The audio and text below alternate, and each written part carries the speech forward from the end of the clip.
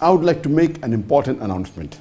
This is especially for all our dear brothers and sisters in Islam in India.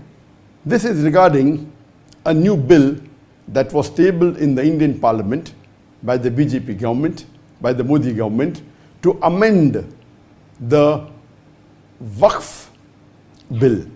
They tabled a couple of weeks back in the Parliament an amendment to the Waqf bill 2024. And what this BJP government is trying to do, along with its coalition, the NDA government, is they're trying to usurp, trying to take away the property of the Muslim Waqf board. And many of you may not be aware that the Muslim Waqf board is the third largest body which has the maximum land in the whole of India. The first two are government bodies, that is the defense, and the second is the Indian Railways. And the third is the Muslim Waqf board, which has 9.4 lakh acres of land, which is approximately 41 billion square feet of land.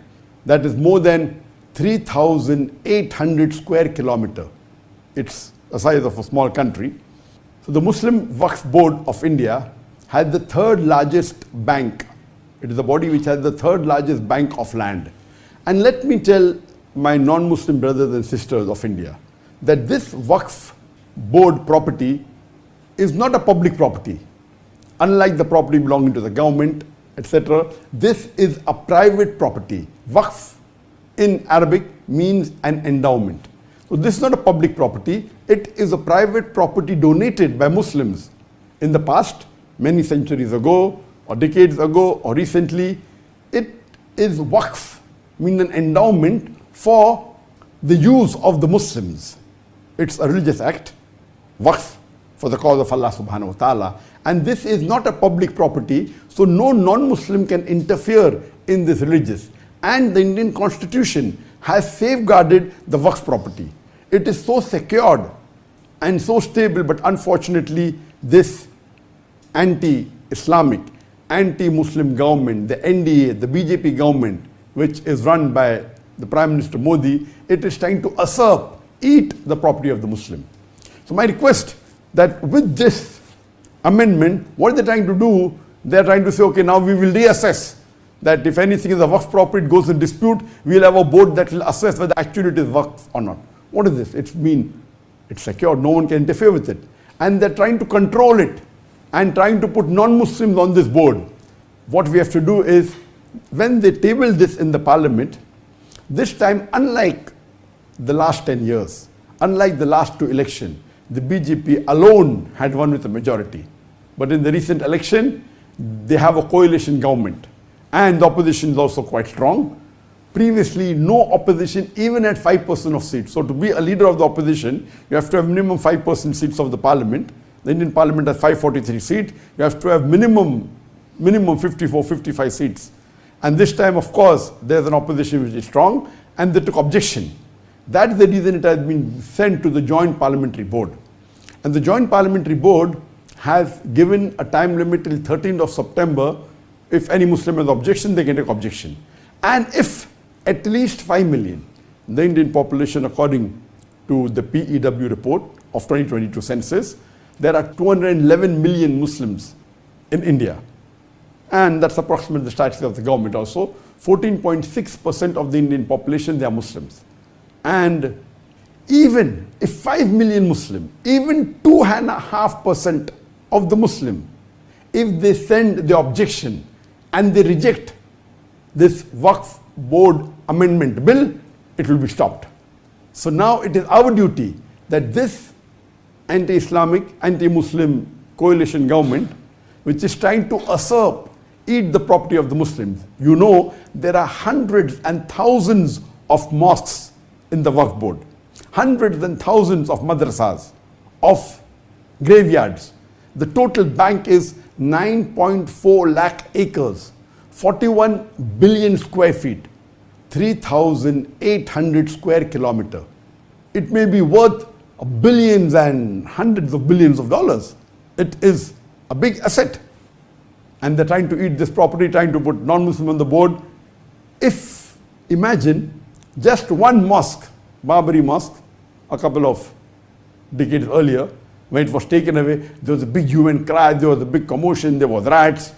If this bill is passed, there will be thousands of mosques that can easily be taken away from the Muslim Ummah. Thousands of graveyards can be taken away. Thousands of madrasas, thousands of property worth lakhs of acres of land can be taken away. It is your duty, it's my duty to see to it that we object to it. And we have to, what we have to do only is that scan. You can see it below on the link, or maybe you will see if you go on my Facebook or go on my social media, there will be a post which has a QR code. You can scan. You have to scan it with your mobile phone on the camera. It will take you to the link, and only raise the objection that you reject this Waqf Board Amendment Bill. Even if 5 million, hardly 2.5% of the Muslim of India object, this bill will be stopped. But we don't want that. We want at least 10% of the Muslim Ummah to object it, to reject this amendment bill. And I hope that my dear Muslim brothers and sisters of India, they will see to it that they don't sleep this time. We should be active. Otherwise, our next generation would blame us that this Waqf was given by our forefathers, most of it, hundreds of years back, tens of years back. Majority is coming since down the ages. And it is for the benefit of the Ummah. And just let me tell you one fact, that the richest residents in the full world belongs to an Indian, that is Mukesh Ambani. And you know that Mukesh Ambani has his own private residence in Altamont Road, which is Antilla.